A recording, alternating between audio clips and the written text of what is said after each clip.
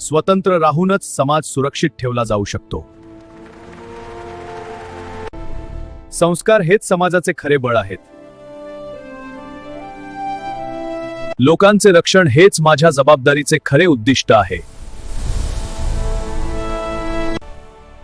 धैर्य आणि संस्कारांच्या सहाय्याने प्रत्येक संकट पार करता येते.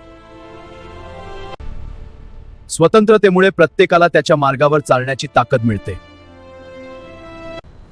सर्वांना न्याय मिळावा यासाठीच स्वराज्य खरे शक्ती आहे.